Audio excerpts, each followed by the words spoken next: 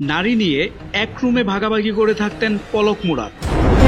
গেল ৫ আগস্ট ছাত্র জনতার প্রবল গণ আন্দোলনের মুখে পতন হয় আওয়ামী লীগ সরকারের। তারপর থেকে আওয়ামী লীগের অনেক নেতাকর্মীরা রয়েছেন বিচারের মুখোমুখি, আবার অনেকে আছেন পলাতক।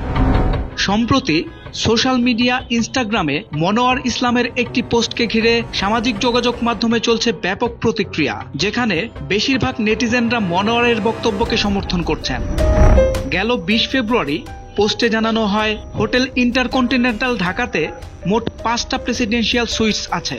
লীগের আমলে সারা বছর জুড়ে ৫টা সুইটস অলিখিতভাবে বুক থাকত।